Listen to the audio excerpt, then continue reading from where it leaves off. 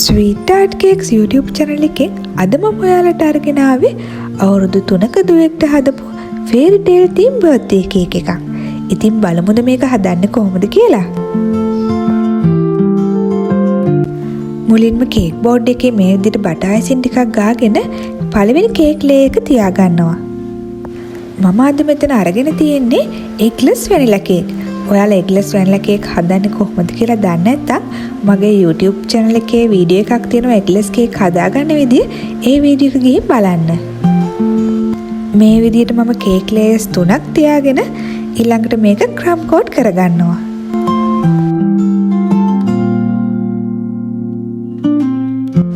crumb coat කරපු cake එක මම පැය භාගයක් විතර fridge එකට දාගන්නවා.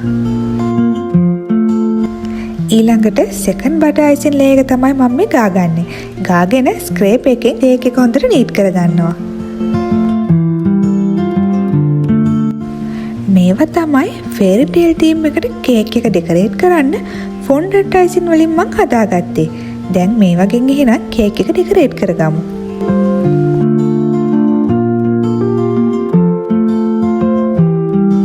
එහෙනම් ඔන්න බලාගෙන ඉන්නකෝ මම මේ කේක් එක කොහොමද ලස්සට කරගන්නේ කියලා.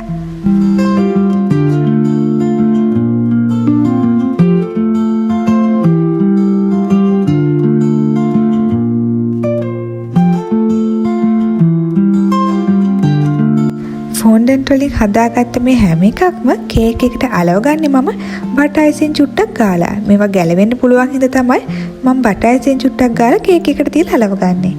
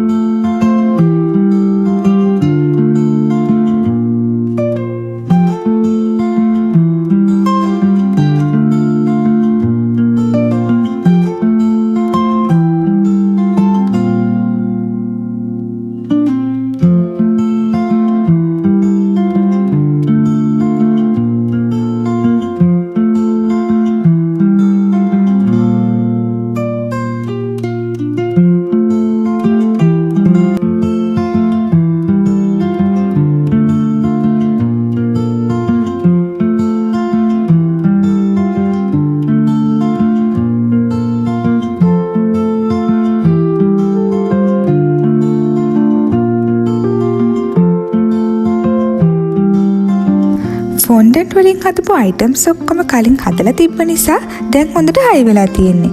ඒ හින්දා කේක් එකට ලේසියෙන්ම අලව ගන්නත් පුළුවන්.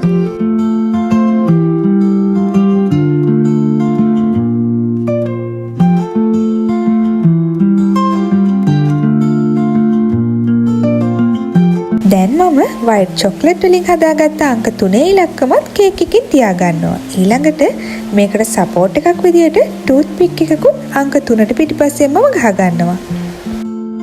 කේක් එක තවත් සරස ගන්න කේක් එක වටේටම මම ස්ප්‍රින්කල්ස් දාගත්තා. ඒ වගේම කේක් බෝඩ් එකේ බපාගේ නමත් පාර්ච්මන්ට් අයිසින් වලින් අකුරු කපලා අලව ගත්තා. මේ කේක් එකේ තීම් එකට ගැලපෙන විදියටම මම කප් කේක් ටිකකුත් හදාගත්තා. මේ තියෙන්නේ ඉතින් fairy tale theme එකට හදාගත්ත birthday cake එකේ final look එක.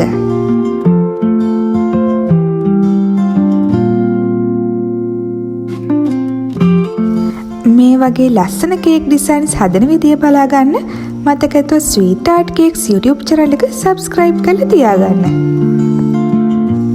eggless cake හදන විදිය වීඩියෝ එක මම description box එකේ දාන්නම්. බලපු නැති කෙනෙක් ඉන්නවා නම් ඒකත් බලන්න. එහෙනම් අලුත් වීඩියෝ එකකින් අපි නැවත හමු වෙමු.